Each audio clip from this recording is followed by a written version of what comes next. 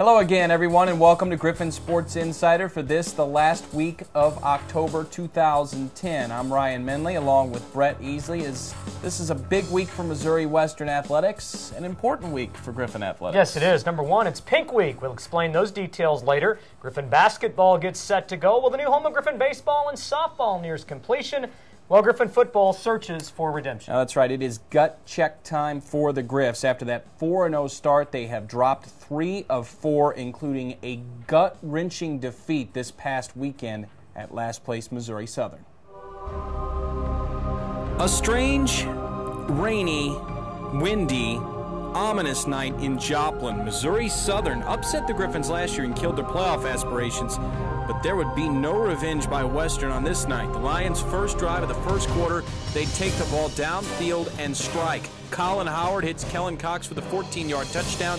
Southern on top, 7-0. And injured defensive lineman Chantre Bryson and David Bass, so they could only watch. Bass out for much of the game with turf toe. Griffon offense would get on the board in the second quarter. Brad Beckwith kicking against the wind.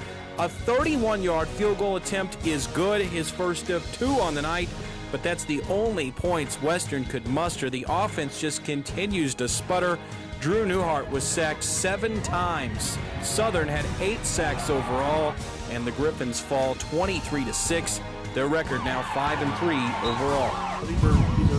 These are kids that people have a lot of high expectations for, and they're going to get dumped on a little bit, and people are going to dump on me. I don't care if they dump on me. I deserve to be dumped on right now. So, but I'm really disappointed for these seniors, and we got to play for these guys over the remaining 3 weeks. It's just been a bad couple weeks for us. Seemed like it's snowballing a little bit, but it's like I said, we couldn't get it done today. That's pretty much it. We're just struggling right now.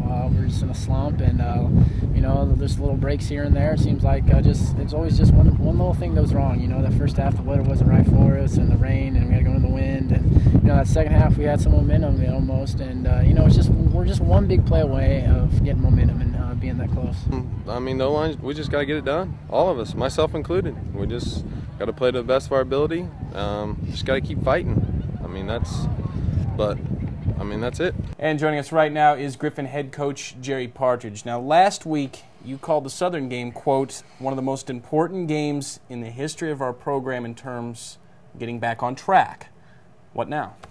I think Emporia State it becomes even more important now. It's just week to week. You got to try to find a way, but it was very important. And if you go back through the annals of Missouri Western time, I don't think any trip to Joplin's ever been smooth. It's just always that way.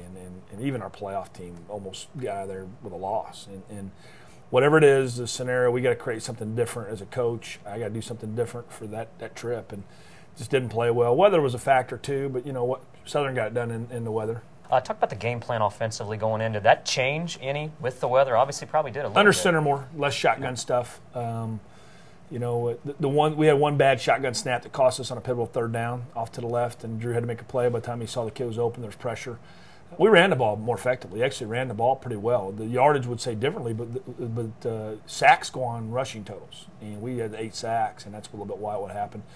I will say this, and it's certainly not an excuse. I think the weather, and you were on the sideline, second quarter was when the weather was most extreme, and both of you guys were. The weather was most extreme in the second quarter, and that was a pivotal quarter. We just never could muster anything.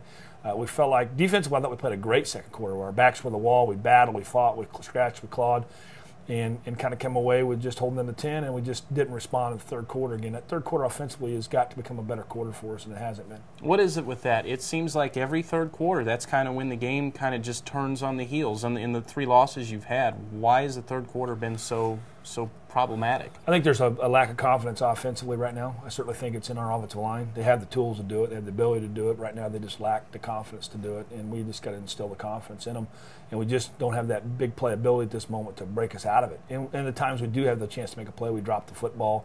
The times the guy's open, for example, on the interception, Drew steps in the pocket. He's got a shot, needs wide open.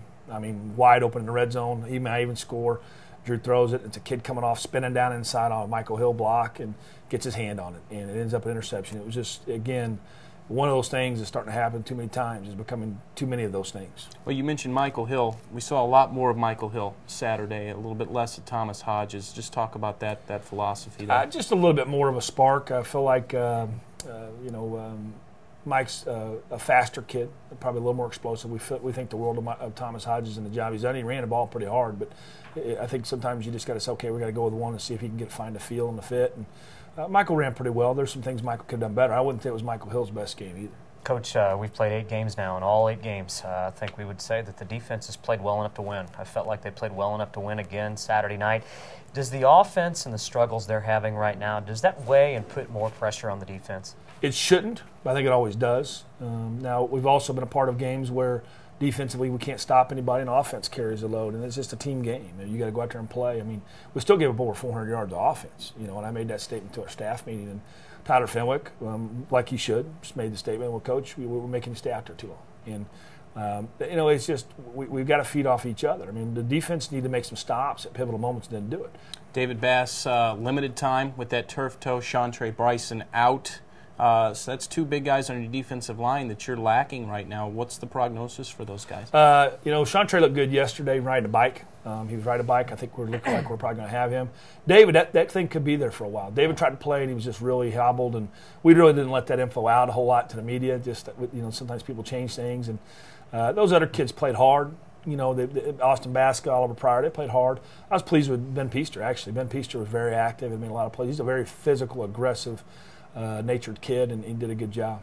Let's talk about a positive coming from Brad Beckwith in your kicking game. You talked about that second quarter being a rough quarter. Brad Beckwith kicks a field goal into the wind, and he's a 90% clip this year, leads the MIAA. I know, you don't want him out on the field. You want touchdowns, but for right now, he's giving you what you need. He's probably he was our special teams MVP Saturday. We gave it to him. Terrell Downing also got an award. He did a great job, and he's been real positive in the return game. But and so did T.J. Fannin. But Brad's done a great job, and I think he's up for all-conference. I think he's a guy that has a chance to be all-conference kicker.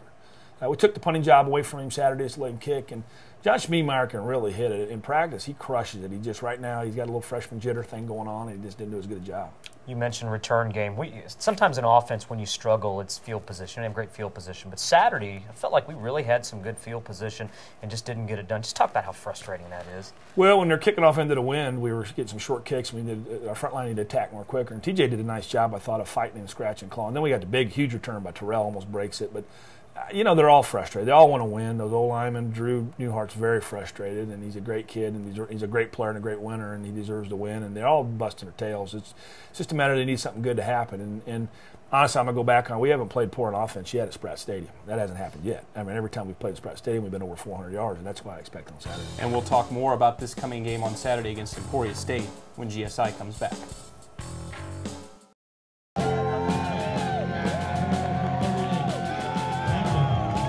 All right, focus in. Focus on every play, every series, every quarter, every half, every game one at a time. Focus and finish. You got it? Now let's go out there and get after it. Let's go. Griffon fans, wear pink to support breast cancer awareness. This Saturday as the Griffs host Emporia State. Go Griffs! GSI, Ryan MENLEY, Brett Easley, joined by head football coach Jerry Partridge. You have Emporia State this Saturday, an Emporia team that's been kind of Jekyll and Hyde. A couple weeks ago, they take Northwest basically to the limit, and then last week they lose to Truman State. Just talk about what you're facing this coming Saturday at Spratt. Well, they're improved. I mean, they're 5-4. They beat Pitt. They beat Southern. They did lose to Truman, like you said, and they played Northwest a heck of a lot better than us, and they actually kind of played Central better than us. I mean, they've been a better road team probably than we've been a road team. Much improved defensively. Certainly, they're playing a lot better. They've led the league in sacks. They lead the league in interceptions. They're making some plays. They run a 4-3 just like us. They're a option brand of football that not necessarily option, but the zone read stuff happens quite a bit. They'll always have a tight end in the ball game. Again, I haven't been able to totally watch them all the way, but I just know that they feel like us a lot. I mean, I was talking to our staff and our team. I said, you know what? Yesterday on Sunday, it was everybody we got left on our schedule all feels like us, except we got a better record on them, and we got more to play for than all of them. And so we just got to bounce back. And it's the teams in the next 3 weeks that can bounce back and get something out of it that are going to be successful. Let's talk about the offensive line a little bit more. We talked about that last segment, but again, this Emporia team is a team that leads the league in sacks. Last Saturday against Southern, Drew NEWHART sacked 7 times. You talked about it being a confidence issue. How do you change that, and what do you do at this point? Well, we're going to have to help them out a little bit. We're going to have to make sure we have ways we can get the football off and get it to our people that can make plays. And I think the running game, hopefully, will continue to establish and gain ground.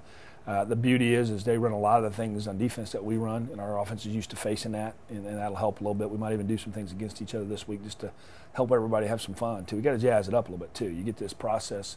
Sometimes you get mentally tired. I don't think we're a physically tired team, but we're a mentally tired team for whatever reason. We put a lot more stress on ourselves, and I don't know, there's a certain attention and expectation and pressure that's occurred now. But there has, and they read everything. They read Facebook, they read the message boards, and just it burdens them, and they got to get away from it. You look at this week's football game, 3 games to go, and obviously the senior class, and we've got a great senior class. Do they, as a senior, they kind of sense it winding down? Do you think, I mean, obviously going in with playoff expectations, and certainly all's not lost. Stranger things have happened. Do you sense that senior class seeing it winding down a little bit? Well, I think, first of all, you play, I mean, I don't want to sound like coach speak, but you play for the week at hand. Sure. Always. But I think these seniors know that this could be it, last 3 games, and they got to play well and close out with 8 wins. They certainly want to go out a winner, and we haven't even clinched that yet. There are other things to play for. I mean, we're still tied for 3rd, so obviously one of those bowl games is a possibility, but still there is a shot. It's not greater than 50%, but there is a shot we could still get in because of just the setup of probably 6 through 10 of these teams, what could happen. How do you keep from losing these guys? Well, I hope I haven't lost them already. I don't think I have, but I think you have to be creative in what you do during the practice week. They're going to still get up for game day always. That's always going to happen for kids. It's just what you get done during the work week and practice week. And we're going to have to crack the whip a little bit on Tuesday. You know, it's got to be fun, but yet you got to work. You know, this is a program that we're, you know, all of a sudden you're kind of hearing outside expectations, the media, Chicken Little, the sky is falling. You're 5-3. There's a lot of teams around this country that would trade what they're going through to be 5-3. But I think that just kind of says something about where you've taken this program and where this program is right now, where we are looking at that sky is falling kind of thing. I think that's the way it is, period. I mean, I read the article last week where in the news press and talking about how bad Northwest's O-line is and they're giving up sacks. My gosh, are you kidding me? They're top 5 in the country.